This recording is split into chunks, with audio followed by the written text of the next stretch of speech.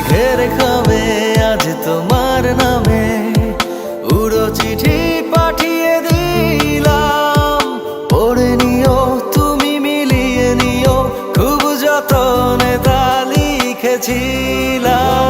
মেঘের খামে